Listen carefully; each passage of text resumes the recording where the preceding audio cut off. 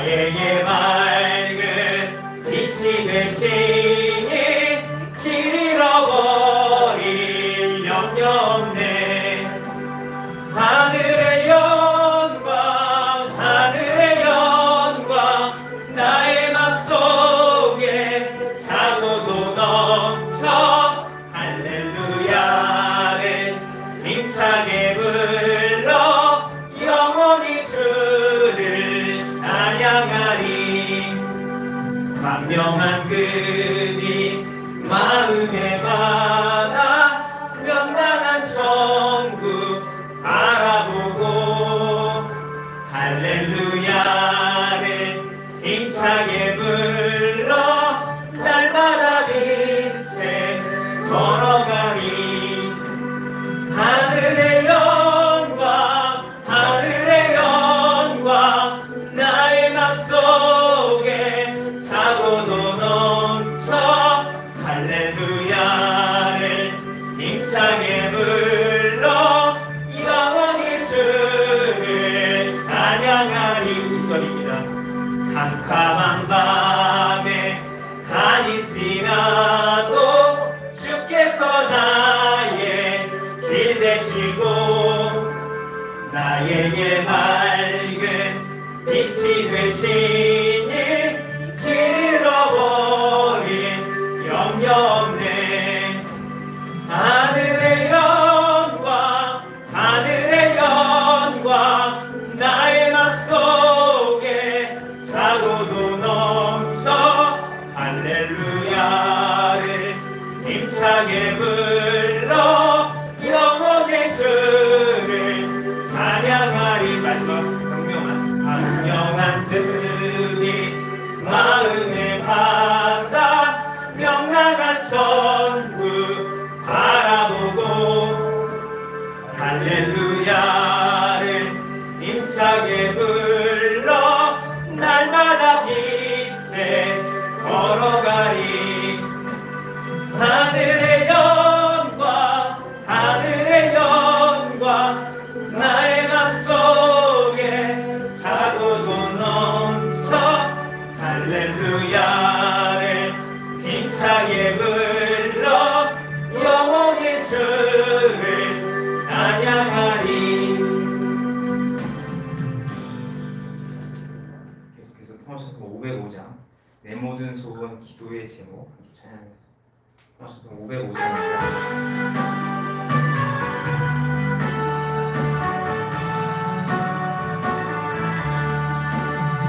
모든 소원 기도의 제목 예수를 닮기 원함이라. 예수님 영상 나 입기 위해 세상에 보아 기잖네. 예수를 닮기 내가 원하네. 날 구속하신 예수님을 내 마음속에 지금 고도사 주님의 영상 비치소서. 무한한 사랑 풍성한 긍휼 슬픈 자 위로 하시는 주. 길 잃은 예수 부르는 예수 그 영상 담게 하옵소서. 예수를 닮기 내가 원하네. 날 구속하신 예수님을 내 마음속에 지금 고도사 주님의 형상 인치소서. 겸손하시고 거룩한 예수 원수의 멸시 참으시사 우리를 위해 고난을 받은 구주를 닮게 하옵소서. 예수를 닮기 내가 원하네. 날 구속하신 예수님을 내 마음속에 지금 고도사 주님의 영상 인치소서. 2절 무한한 사랑 풍성한 긍휼 슬픈 자 위로 하시 오시는 주, 길 잃은 죄인 부르는 예수, 그 형상 담게 하옵소서. 예수를 담긴 내가 원하네, 날 구속하신 예수님을 내 마음속에 지금 고도사 주님의 형상 이치소. 마지막 3절입니다. 겸손하시고 거룩한 예수, 원수의 멸시 참으시사 우리를 위해 고난을 받은 구주를 담게 하옵소서. 예수를 담기 내가 원하네, 날 구속하신 예수님을 내 마음속에 지금 고도사 주님의 영상 인치소서. 계속해서 성서서 507장입니다. 주님의 마음을 본받는 자 507장입니다.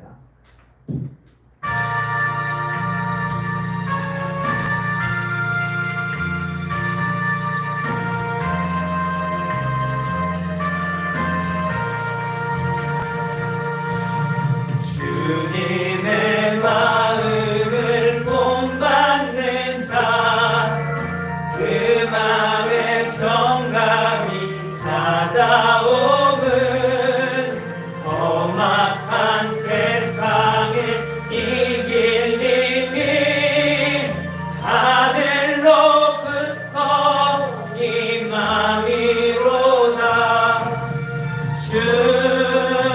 주님의 마음 본받아 살면서 그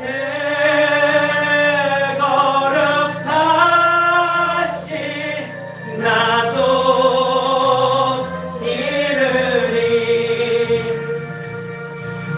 주 모습 내 눈에 안 보이면, 금성 내 귀에 안 들려도 내 영혼 날마다 주를 만나 신령한 말씀을 배우고다. 주님의 마음 본받아 살면서 그 거룩하신 나도 이르리. 가는 길 거칠고 험하여도 내 맘에 불평이 없어짐은 십자가 고난을 이겨내신 주님의 마음 본받음이라.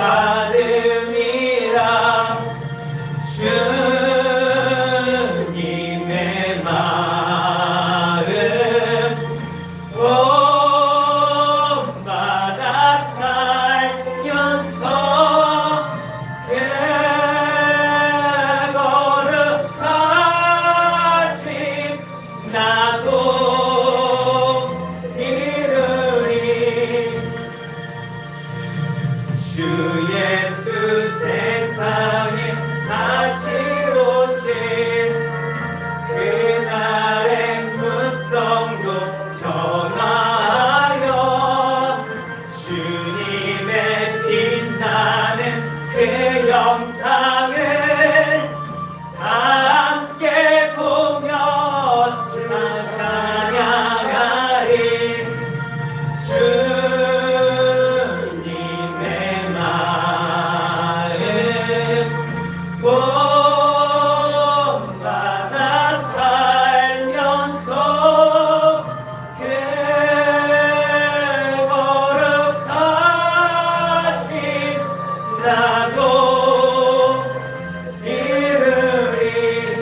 4절입니다.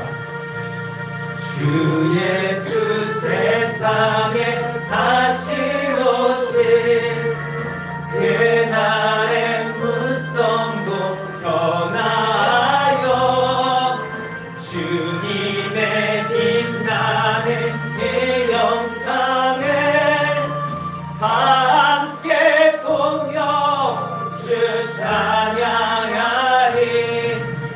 주님의 마음 본받아 살면서 그 거룩하신 나도 이루리.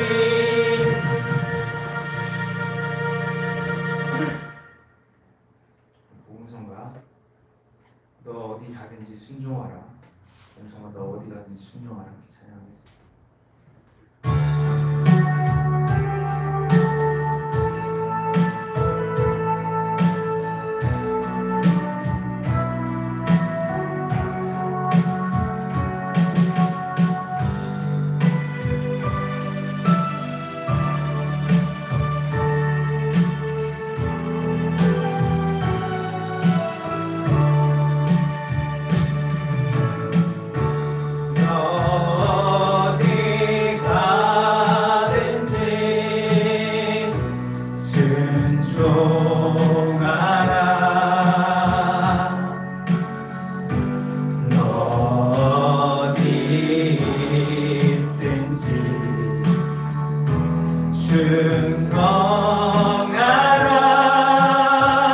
충성하라.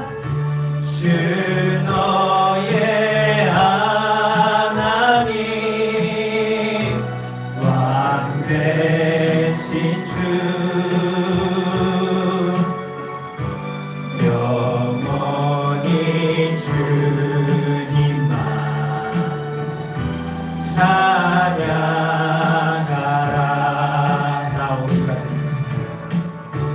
나 어디 가든지 순종하리.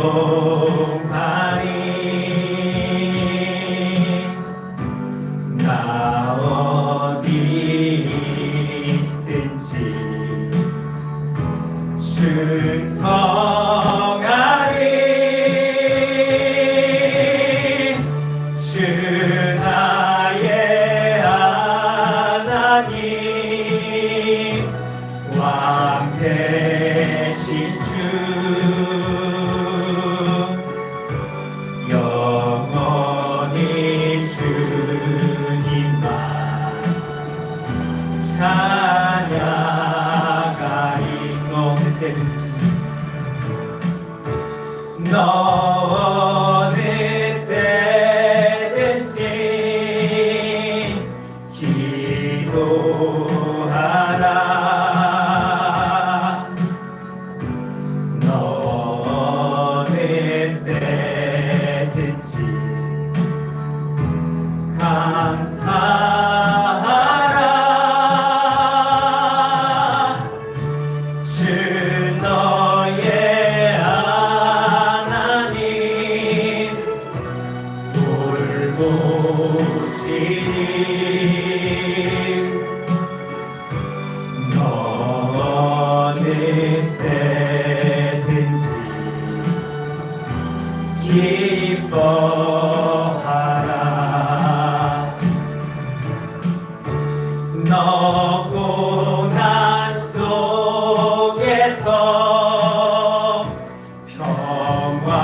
평화하라. 너 핍박 속에서 감사하라. 주 너의 하나님 함께하리.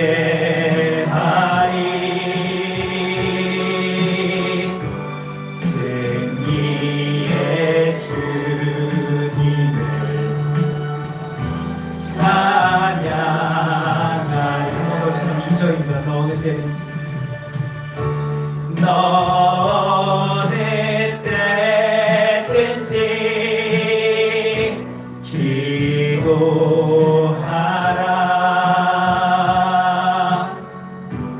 너는 때든지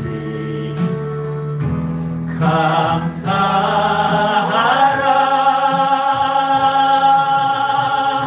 주 너의 하나님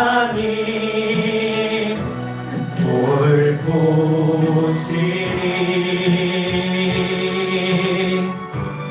너는 때든지 기뻐하라. 마지막 너 고난 속에서 너 고난 속에서 평화하라.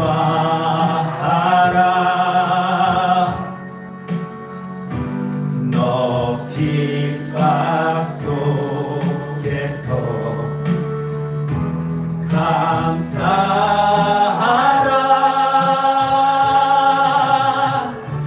주 너의 하나님 함께하리.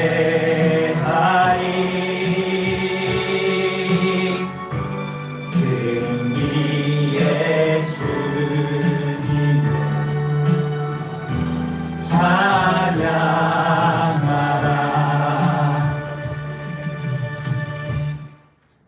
마지막으로 복음성가 나의 모든 행실을 주로 기록하겠습니다.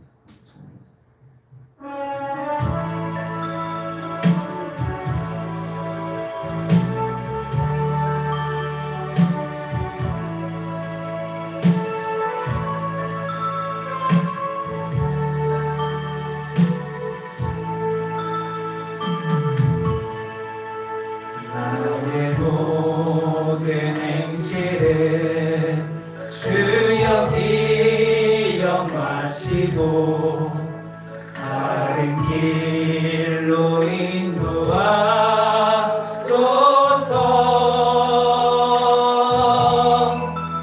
기쁠 때나 슬플 때 나와 동행하시며 밤낮으로 인도하소서.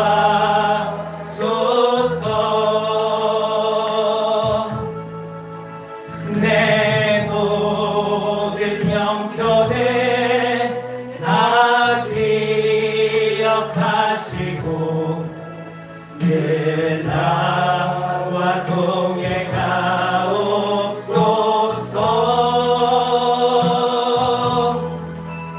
나의 생명 주 앞에 남김없이 드리니 주여 나를 지켜주소서.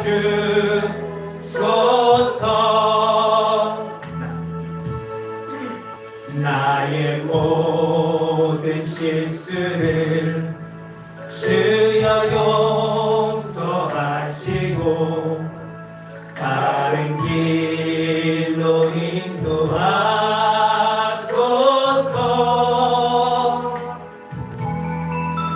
주의 크신 사랑을 하늘나라 영광을 나도 전파하게 하소서.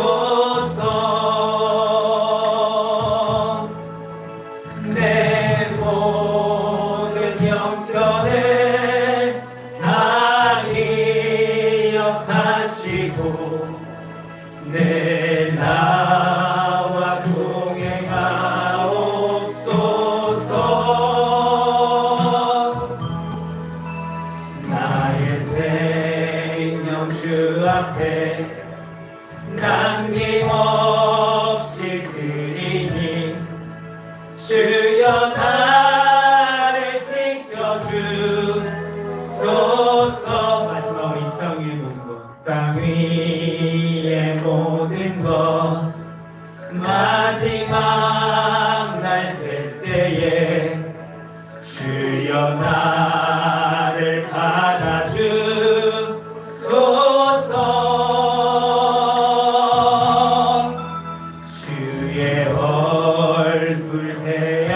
위해 귀한 상급 주시고 면류관을 쓰게 하소서.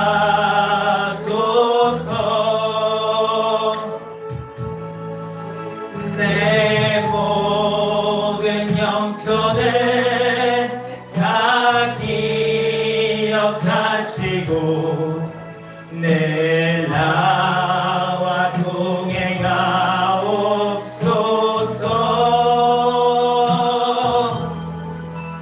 나의 생명 주 앞에 남김없이 드리니 주여 나를 지켜주소서.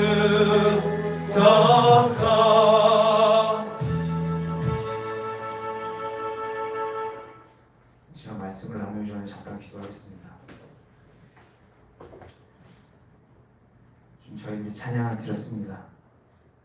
주님 홀로 영광 받아주었기를 소원합니다. 저희들이 드린 찬양의 가사들이 저희들의 삶에, 저희들의 신앙의 고백이 될 수 있도록 주님 도와주옵소서. 말씀을 나눕니다. 부족한 자가 말씀을 전합니다. 아버지, 성도님들 한 분 한 분에게 지혜를 허락해 주셔서 정말 부족하게 전했을지라도 아버지의 뜻만 다 알 수 있도록 주님 선하게 인도해 주세요. 말씀을 나누는 중에 방향 악한 영 틈타지 못하도록 이 공간을 보호해 주시고 인터넷으로 듣는 분들도 그 공간을 덮어주셔서 말씀을 듣는 가운데 어려움 없도록 도와주세요. 살아계신 예수님의 이름으로 소원하며 기도드렸습니다. 오늘 이 시간에는 진심으로 살아내자, 진심으로 살아나자, 진심으로 살아내자는 제목으로 말씀을 나눠보겠습니다. 오늘 나누면 좀 길 것 같습니다. 미리 알아주셨으면 좋겠고요. 시작해 보겠습니다. 저는요, 어느 때부터인가 성도님들께 인위적으로 경건하시기보다 정직하시라고 강조를 드려왔습니다.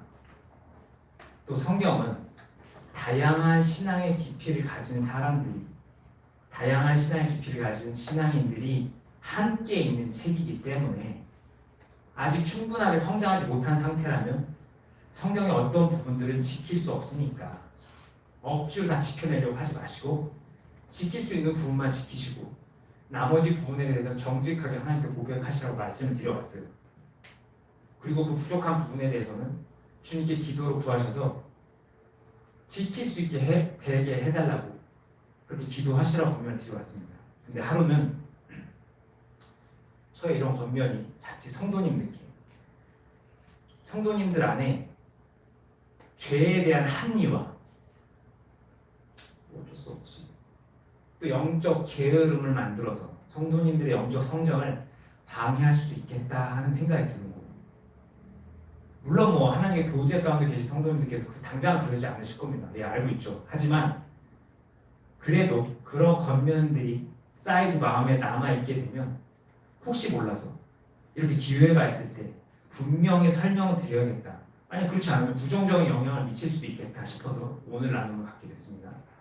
자, 그래서 걱정스러운 마음에 단도직 기도를 말씀드릴게요. 성경은요, 하나님 나라의 의가 기록된 책이고요, 하나님의 백성들이 살아가는 방법이 담겨있는 책이에요. 그렇기 때문에 우리가 진짜 천국 백성이라고 이야기를 하려면 성경의 말씀을 분명히 살아낼 수 있어야 됩니다. 요한일서 2장 3절부터 6절에 이런 말씀이 있어요. 자, 한번 읽어볼게요.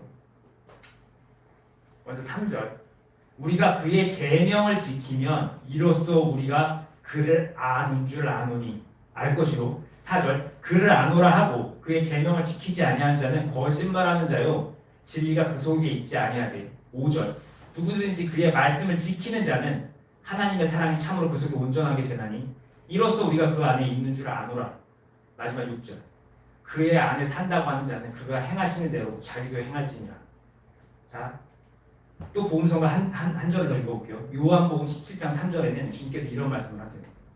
영생은 곧 유일하신 참 하나님과 그가 보내신 예수 그리스도를 아는 것입니다.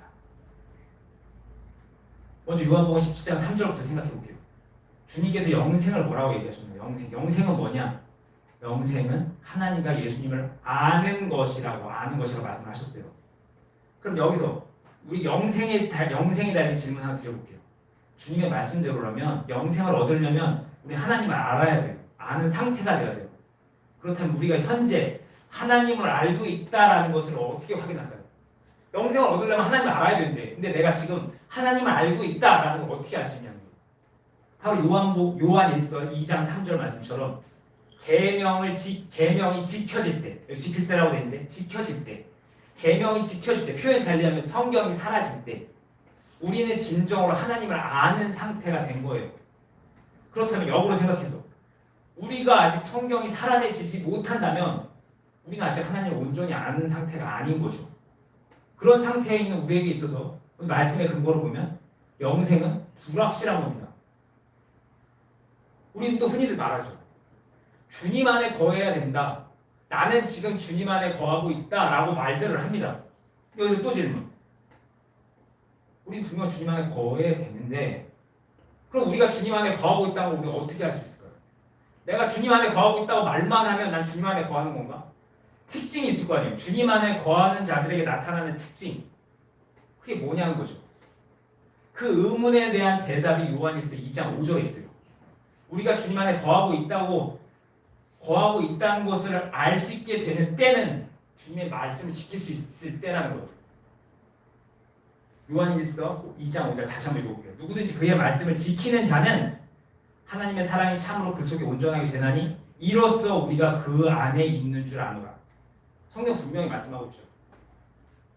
내가 주님 안에 거하고 있다라고 당당히 말할 수 있을 때는 성경이 살아낼 수 있을 때라는 거예요.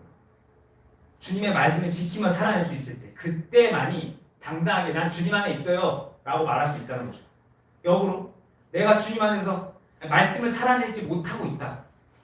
그러면 나는 주님 안에 거하고 있다고 당당하게 말할 수 없다는 거예요. 이게 성경의 말씀이에요. 또 요한 1서 2장 5절은 바로 그 상태, 우리가 그렇게 주님의 말씀을 지킬 수 있게 된 상태, 그 상태가 바로 우리를 향한 하나님의 그 사랑이 온전하게 된 상태라고 이야기를 합니다. 우리가 이렇게 말을 할 수 있는 이유는요, 이 성경이 이렇게 말할 수 있는 이유는요, 그렇게 말씀 안에 살아갈 때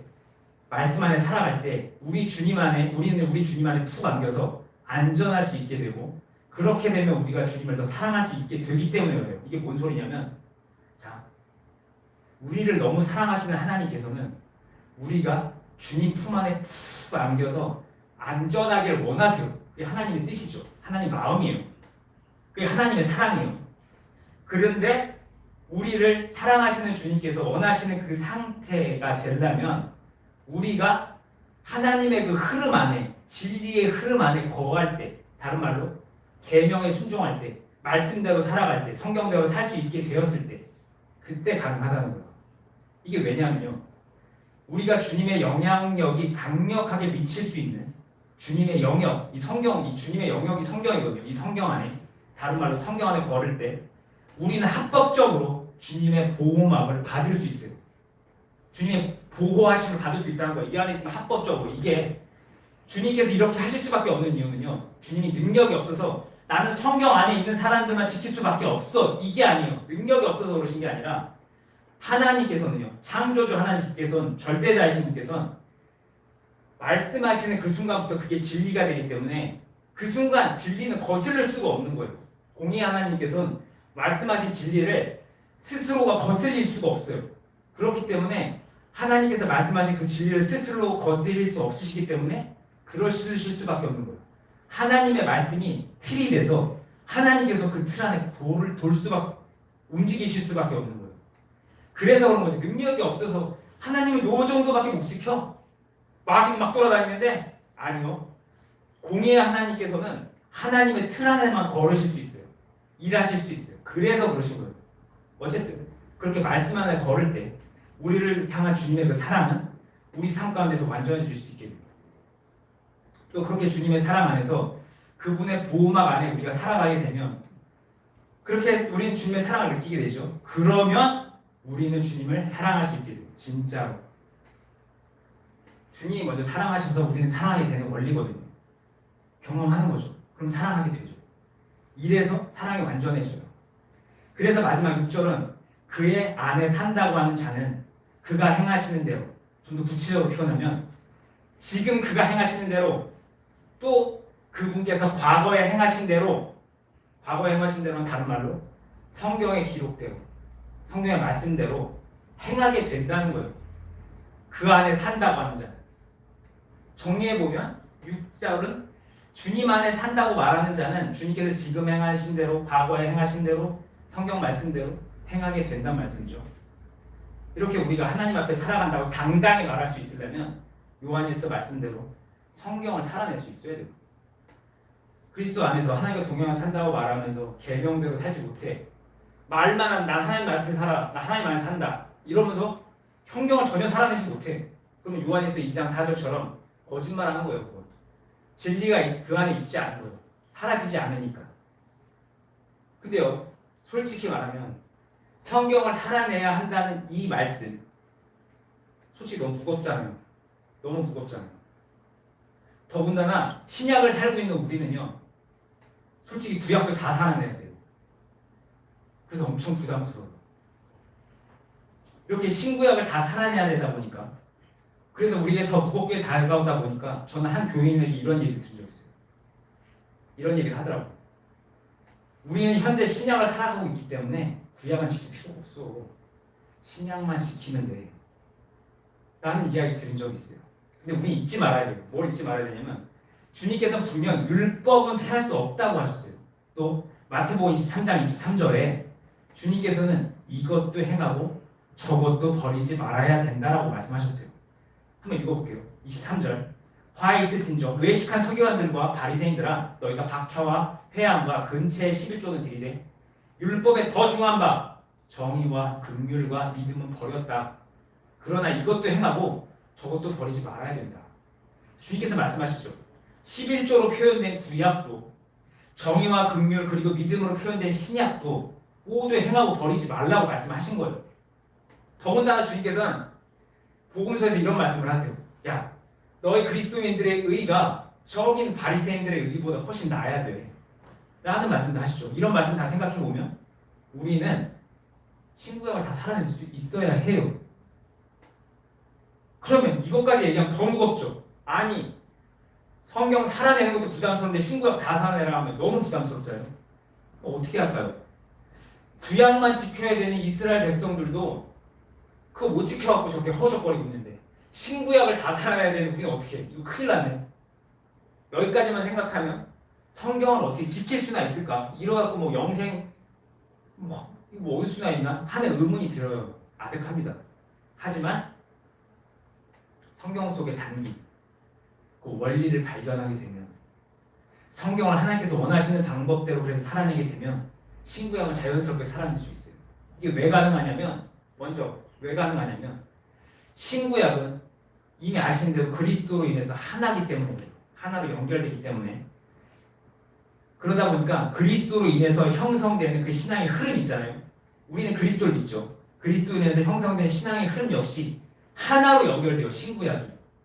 그러다 보니까 우리가 그 성경 속에 담긴 지킬 수 있는 그 원리를 찾아내서 지키게 되면 신구약을 다 지킬 수 있게 되는 거예요. 자연스럽게. 자, 이해가 어려우실 수 있어서 지금부터 이게 어떻게 가능한지 설명을 드려볼게요. 먼저 신구약이 어떻게 연결되는지 한번 볼게요. 이 시간에 이거 성경 찾아보면 사실 연결되는 게 다 보이거든요. 근데 다 찾아볼 수는 없고 구약의 대표 율법 하면 떠오르는 레위기를 한번 생각해 볼게요. 레위기는요. 총 27장으로 되어 있는데 딱 보면 큰 눈으로 보면 두 덩어리로 나눠줄 수 있어요. 첫 번째 덩어리는 1장부터 10장인데요. 이게 뭔 내용이 담겨 있냐면 제사가 담겨 있어요. 제사. 하나님께로 다가가는 방법. 그러니까 하나님께 가는 방법. 바로 제사가 담겨 있어요. 이미 아시겠지만 구약의 제사는요.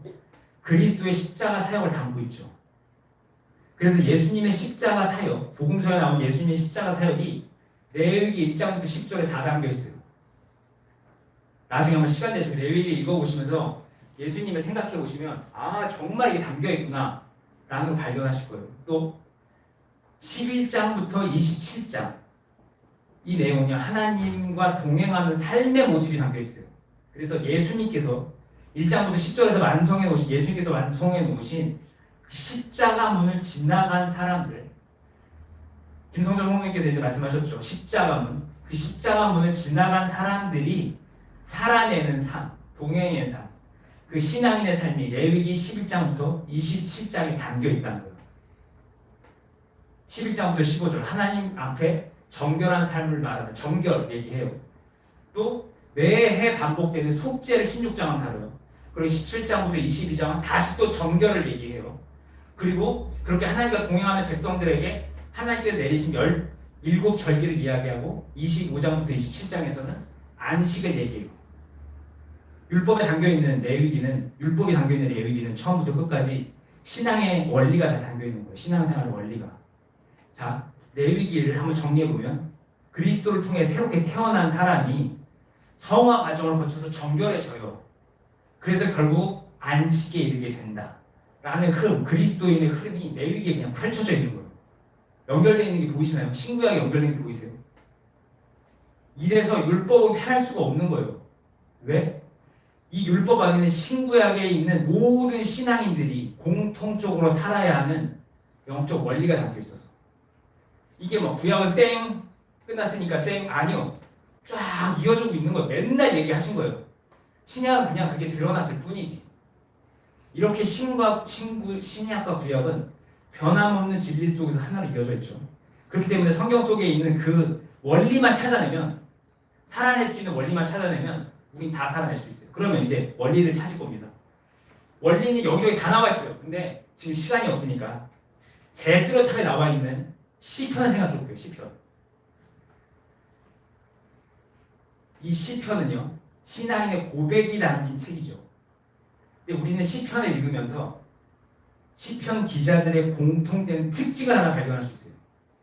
이게 막 이 내용이 다 달라, 주제가 다 달라요. 근데 딱 하나 특징을 발견할 수 있어요. 그게 뭐냐면, 혹시 뭔지 다 아시나요? 그대로 고백과 권면들 생각해 보시면 진심이에요. 진심이었어요. 시편에는요, 성경을 살아낼 수 있게 될 때까지 그 시편의 기자들이 겪었던 그 아픔, 고뇌, 후회, 막 그런 한탄 그런 게 막 뒤섞여 있는 그들의 진심이 담겨 있어요. 막 괴로워해요. 내가 왜 이러지? 왜 나 이거밖에 안 되지? 괴로워해요. 진짜 어떤 너 기뻐해요. 감사합니다. 진짜 감사합니다. 그런 감정들이 다 담겨 있어요. 그게 시편이거든요.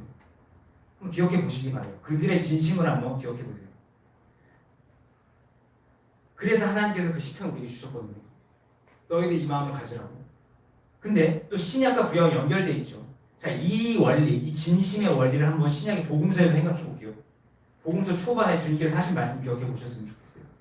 그 명령들, 주님께서 복음서 초반에 하셨던 명령들, 우리를 향해 원하셨던 그 모습, 그 명령들, 주님께서 원하신 게 뭐였을까요? 뭘 원하셨을까요? 사역 중에 제가 어떤 분께도 말씀드렸는데 주님께서 원하신 게 바로 진심이었어요. 진심. 살인도 아닌 화낸 거, 욕만 한 거 가지고 심판을 말씀하시는 거예요. 너무 심했나? 간음한 것도 아닌데 음란한 눈으로 연애 보기만 해도 너는 음란했다면 심판을 얘기하셨어요. 너무 빡빡한가? 아니요. 진심을 얘기하신 거예요. 그 말씀 속에서 야, 난 너희들이 진심을 원해. 화낸 거, 죽이고 싶어 했던 거 너의 그 진심을 죽인 거랑 똑같다고 난 생각해. 왜? 그게 진심이니까. 진심을 얘기하셨어요. 억지로 참아. 넌 죽이고 싶은데도 억지로 참는 게 아니라 진짜 죽이고 싶지 않아 하기를 원해. 예수님께서는 진심을 말씀하셨어요. 주님께서는 시편을 통해서도 진심을 얘기하셨고 예수님의 그 명령을 통해서도 진심을 계속 얘기하셨어요. 성경은 한결같이 말해요. 진심을 좀 가지라고. 그렇기 때문에 우리는 성경 앞에서 우리 분명히 기억해야 돼요. 우리는 성경을 살아낼 수 있어야 해요. 그건 합리화할 수 없어요. 하지만 인간의 노력으로는 성경을 살아낼 수 없죠. 그래서 숙제처럼 성경을 살아내려고 하면, 진심 없이 살아내려고 하면 위선자가 돼요. 말씀 기억하실 거예요. 주님께서 말씀하시죠. 억지로 드리는 제사보다 즐겨 드리는 순종을 난 더 기뻐해 라고 말씀하셨죠. 억지스러운 형식보다 진심을 더 기뻐하시는 게 하나님이세요. 자, 그러면 우리가 어떻게 진심을 소유할 수 있을까요? 지금 당장 뭘 해야 될까요? 진심을 소유하려고. 방법이 없어요. 진심을 소유할 수가 없어요. 만들어낼 수 없는 거예요. 특별한 방법이 없어. 사랑해야지, 좋아해야지. 그래서 사랑하고 좋아하나요? 내가 나를 지금 계속 씹고 있는 저 사람을 나는 사랑해야지 사랑해지나요? 안 사랑해줘요. 안 되는 거예요. 진심은 만들 수 없어요. 그런데 그 진심을 위해 우리가 할 수 있는 딱 한 가지 제가 발견한 게 있어요. 정직이에요. 정직. 이전의 설교와 사역 중에 저는 성도님들께 말씀드렸죠. 하나님 앞에 정직하시라고. 제가 그렇게 정직을 강조한 이유는요. 하나님 앞에 낼 수 있는 가장 원초적인 진심이기 때문에 그래요. 가장 원초적인 진심이에요. 정직은. 그렇기 때문에 우리는 진심을 위해서 정직할 수 있어야 돼요. 여기까지 들어보실까요? 신구약 연결되는 거, 또 성경을 살아낼 수 있는 원리가 진심이라는 거, 진심을 위해서 정직이 필요하다는 거 보이시나요? 공감이 되세요? 나눔이 길어졌기 때문에 여기서 이제 말씀을 정리하면서 권면을 드려볼게요.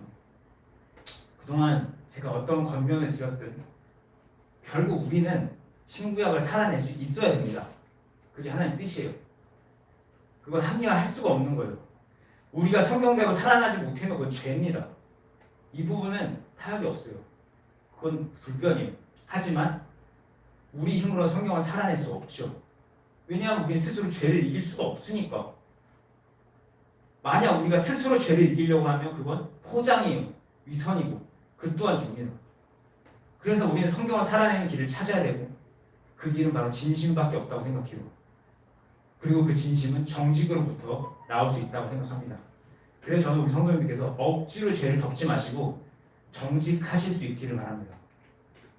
하지만 그럼에도 잊지 마셔야 될 것은 저의 이 모든 겉면 속에는 그 끝에는 결국은 성경을 살아내야 된다는 것이 있다는 거 꼭 잊지 마셨으면 좋겠어요. 진짜 성경대로 사는 신앙인이 이 모든 겉면의 끝에 있습니다. 그냥 그저 우리가 못 사니까 아직은 살 수 없으니까 차라리 정직하시라고 말씀드렸던 것 뿐이에요. 그리고 우리는 그렇게 성경을 살 수 있도록 변화돼야 돼요. 그래서 그 변화를 위해서 내가 우상 숭배하지 않도록, 내가 그들이 미워하지 않도록, 내가 의심하지 않도록, 두려워하지 않도록 하나님께 다 맡길 수 있게 내 환경과 내 마음 변화시켜달라고 기도해야 돼요. 억지로 하려는 게 아니에요. 기도하라고 말씀드리는 거예요. 그리고 그 변화를 위한 기도는요. 주님께서 마음에 감동을 주실 때까지, 여기까지 끝이 없어요. 그게 해결될 때까지, 마음이 감동이 될 때까지, 그때까지 계속 기도하는 거예요. 최후 승리를 바라보며 하나님께 답을 얻을 그때까지 나를 바꾸기 위한 기도를 게을리해서는 안 되는 거예요. 계속 하는 거죠. 상황 속에서 드러난 내 안의 오물들 정직하게 고백하고 자백하고 회개하고 주님의 도우심을 구하면서 결국 성경을 살아낼 수 있게 해달라고 계속 기도하시길 바랍니다. 말씀이 길었고요. 오늘 나눔은 여기서 마치겠습니다. 도움이 되셨길 바라면서 기도하겠습니다. 이 시간 주님께서 감동 주신